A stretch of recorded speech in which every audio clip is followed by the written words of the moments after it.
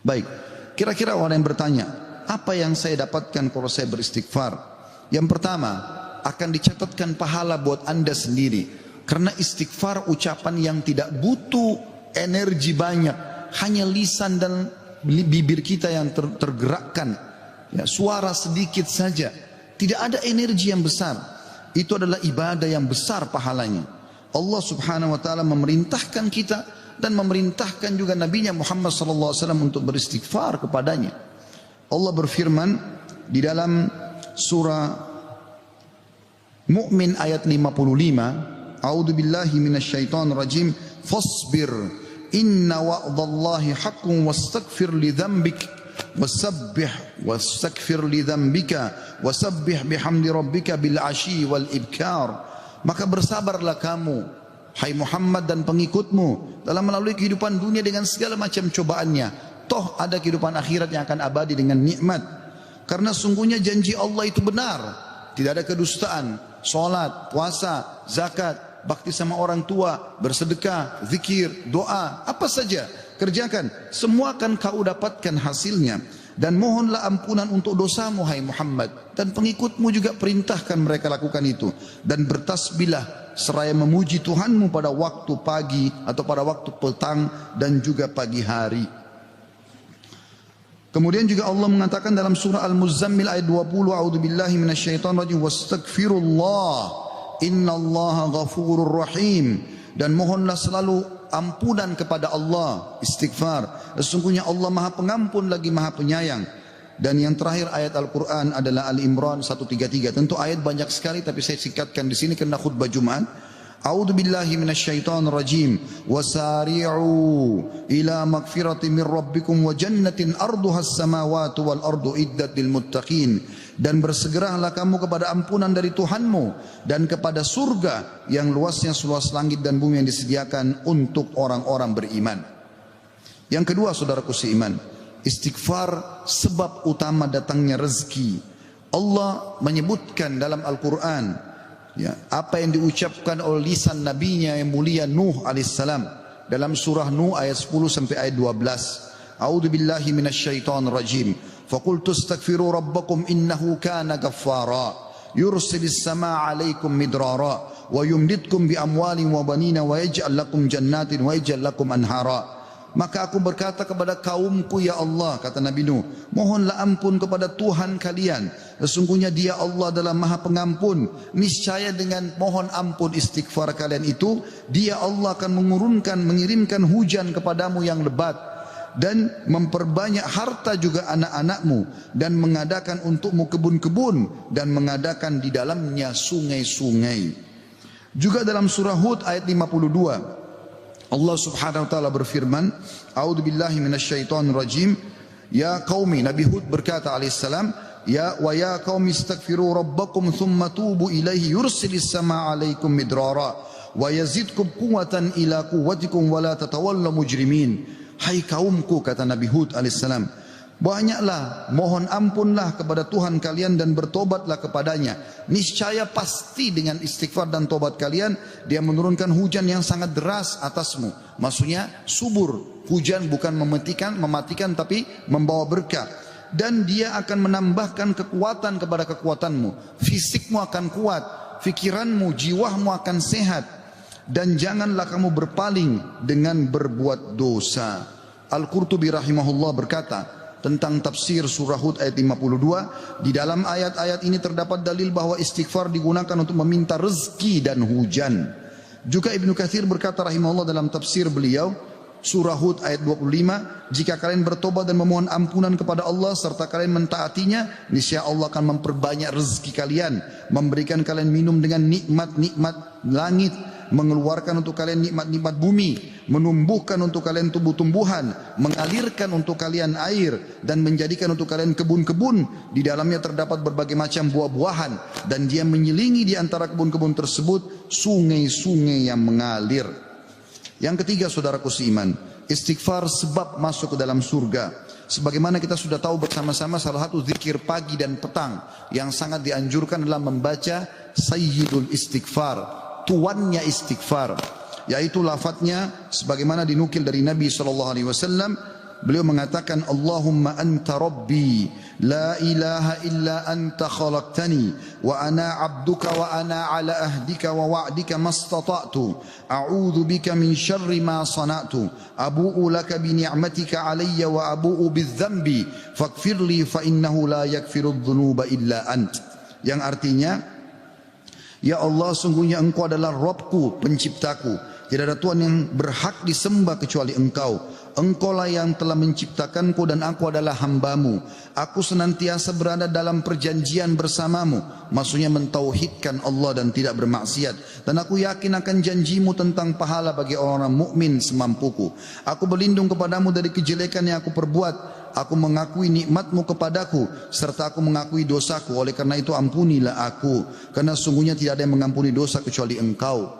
Kata Nabi SAW, siapa yang mengucapkan ini, man qalaha minan nahari mukinan, dia yakin, besok dia ucapkan di siang hari atau pagi hari dengan yakin dalam hatinya, famata min yaumihi, kemudian dia meninggal pada hari itu, qabla an yumsiya, sebelum tiba di sore hari, fahuwa min ahlil jannah, dia pasti masuk ke dalam surga. Wa man qalaha minal laili wa huwa muqinun biha, dan siapa ucapkan walaupun sekali saja di malam hari, famata, maka kemudian dia mati, qabla an yusbih, sebelum dia tiba pagi hari, fahuwa min ahlil jannah.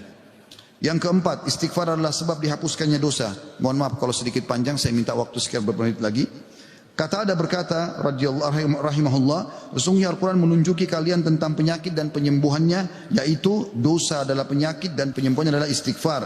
Allah berfirman, a'udzubillahi minasyaitonir rajim, dalam surah Al-Imran 135, والذين إذا فعلوا فاحشة أو ظلموا أنفسهم ذكروا الله فاستغفروا لذنوبهم ومن يغفر الذنوب إلا الله ولم يصروا على ما فعلوا وهم يعلمون.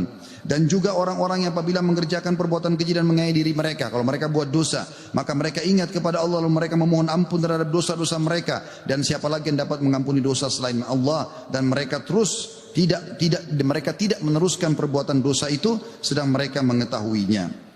Kemudian teman-teman sekalian, selanjutnya adalah yang kelima, istighfar mencegah hukuman dari Allah Subhanahu wa taala. Saya ambil satu saja. Al Hasan Basri rahimahullah berkata, wahai anak Adam, meninggalkan dosa lebih ringan bagimu daripada mencari taubat, dan ketahuilah bahwasanya pada saat kau meninggalkan perbuatan dosa atau kau beristighfar pada saat berbuat dosa, maka azab Allah tidak akan datang. Karena Allah berfirman dalam surah Al-Anfal ayat 33, A'udzubillahi minasyaitonir rajim, wa ma kana Allah liyu'adzibahum wa anta fihim, wa ma kana Allah mu'adzibahum yastaghfirun. Dan Allah sekali-kali tidak akan mengadab mereka sedangkan kamu berada di tengah-tengah mereka, hai Muhammad, dan tidak pula Allah akan mengadab mereka sedang mereka selalu memohon ampun. Yang keenam, istighfar sebab diangkatnya derajat. Dalam sebuah hadis, ajarkan babak ini kepada anak anda. Dalam hadis riwayat Ahmad dengan sanad hasan, kata baginda Nabi SAW, Inna Allah Azza wa Jalla yarfa'ud darajati lil abdi salihi fil jannah, fayaqulu ya Rabbi anna li hadhihi, fayaqulu bistighfari waladika lak. Sesungguhnya Allah yang maha suci dan maha tinggi mengangkat derajat seseorang hamba saleh di surga, sehingga dia bertanya, yang sudah mati diangkat derajatnya tinggi di surga. Hamba ini bingung, dia tidak pernah merasa berbuat amal yang bisa membawa dia ke derajat itu. Lalu dia bertanya, wahai Rabbku, dari mana nikmat ini hamba dapatkan?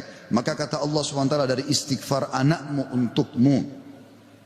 Yang ketujuh, istighfar adalah sebab disucikan hati. Sebagaimana Nabi SAW bersabda, Innal mu'mina idha adnama dhamban kanat nuqtatan sauda'u fi qalbihi. Kalau seorang mukmin berbuat dosa akan menjadi titik hitam dalam hatinya. Fa in taba wa naza wastaghfara su'ika qalbuhu minha.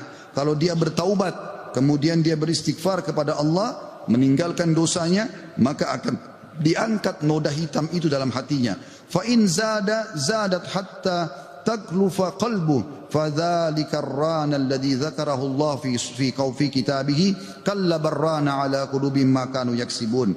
Dan kalau seandainya dia bertaubat dan meninggalkannya serta beristighfar, hatinya kembali bersih darinya, dan kalau dia tambah melakukan dosa, maka bertambah pula titik hitam itu sampai menutupi seluruh hatinya. Dan itulah makna kalimat ar-ran dalam firman Allah Subhanahu wa taala, sekali-kali apa yang selalu mereka usahakan itu menutupi hati mereka. Surah Al-Mutaffifin ayat 14. Dua poin yang terakhir teman-teman sekalian, yang ke-8 adalah istighfar sebab memperoleh anak dan keturunan. Dinukil dalam sebuah riwayat disebutkan oleh Abu Hanifah rahimahullah dalam musnadnya, bahwasanya seseorang datang mengeluh dari Jabir bin Abdullah radhiyallahu anhu, seseorang mengeluh kepada Nabi SAW lalu berkata, ya Rasulullah, ya sesungguhnya orang semua punya anak tapi aku sendiri yang tidak punya anak. Maka kata Nabi SAW, mana kau dari dua senjatamu, memperbanyak sedekah dan istighfar, maka dengannya kau akan diberikan rezeki.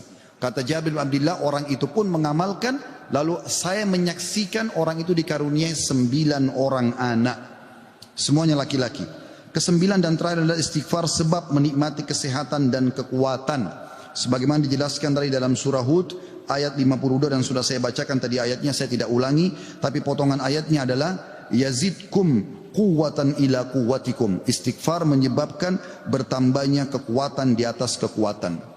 Izinkan saya teman-teman sekalian menyampaikan sebuah kisah yang berhubungan dengan masalah ini, atau 2 buah kisah ringkas. Ada seseorang di Irak dulu pernah berdagang, kemudian dia menemukan semua pedagang di pasar laku barangnya kecuali dia, dan dia orang miskin. Dia mengatakan, saya pun dulu di dekat barang saya sampai menjelang sore belum laku-laku.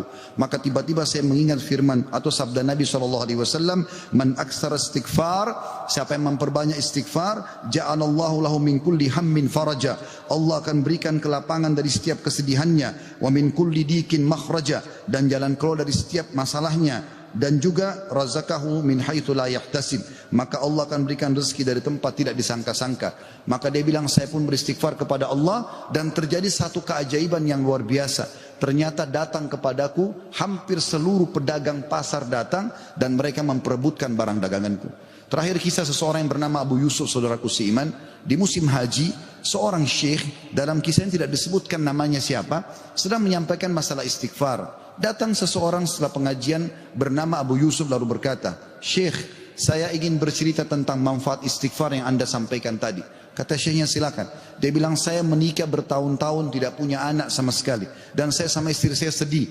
Lalu satu waktu saya pernah mendengarkan sebuah siaran tentang makna ya firman Allah SWT surah Nuh ayat 10 sampai ayat 12, tadi sudah saya bacakan ayatnya, bahwasanya orang kalau istighfar akan diturunkan hujan dari langit, diberikan keturunan dan juga harta. Lalu saya mengatakan kepada istri saya, wahai Ummu Yusuf, ayo kita istighfar, sudah bertahun-tahun kita berusaha berobat sana sini tidak punya anak. Maka dia sama istrinya yang mengatakan, kami pun beristighfar tidak mengenal waktu, tidak mengenal tempat kecuali di WC. Kita tidak baca di WC, di tempat tidur, di ruang makan, di halaman, selalu baca. Dan subhanallah, kata dia, Syekh, bulan itu Ummu Yusuf hamil dan lahirlah Yusuf. Begitu selesai hamil, lagi masa nifas, saya bilang, Ummu Yusuf, kita sudah bertahun-tahun tidak punya anak, ayo kita istighfar kepada Allah untuk anak yang kedua. Kata dia, Anda tahu Syekh, selesai nifas Ummu Yusuf hamil dan kami dapat lagi anak kedua, dua-duanya laki-laki. Setelah anak kedua lahir, di masa nifas saya bilang lagi, wahai Ummu Yusuf, kita beristighfar kepada Allah untuk anak yang ketiga. Maka saya sama Ummu Yusuf beristighfar yang ketiga, dan ternyata selesai masa nifas hamil dan juga melahirkan di tahun ketiga anak laki-laki yang ketiga. Kata syekhnya, semoga Allah berkahi. Itu betul-betul firman Allah. Allah mengatakan Allah tidak akan pungkiri janjinya. Dia mengatakan, belum selesai kisah saya Syekh. Setelah itu Ummu Yusuf berkata, wahai Abu Yusuf, kita berhenti dulu istighfar untuk mohon anak, istighfar untuk yang lainnya, tapi permohonan anak berhenti dulu sampai anak-anak besar. Kami sepakat 2-3 tahun kemudian saya mengatakan, Ummu Yusuf, sekarang saatnya kita minta agar Allah berikan kita anak perempuan yang cantik dan salihah. Maka kami pun beristighfar, dan ternyata Ummu Yusuf hamil, dan sekarang saya di musim haji, wahai Syekh, sedang datang bersama Ummu Yusuf yang baru saja melahirkan bersama dengan bayinya, bayi perempuan. Aqulu qauli hadza, saya sudah mengucapkan perkataan saya ini, wa astaghfirullah li wa lakum, dan saya beristighfar kepada Allah, mengajak jamaah istighfar kepada Allah, fastaghfiruhu innahu huwal ghafurur rahim, beristighfarlah sungguh Dia Maha Pengampun dan juga Maha Pengasih.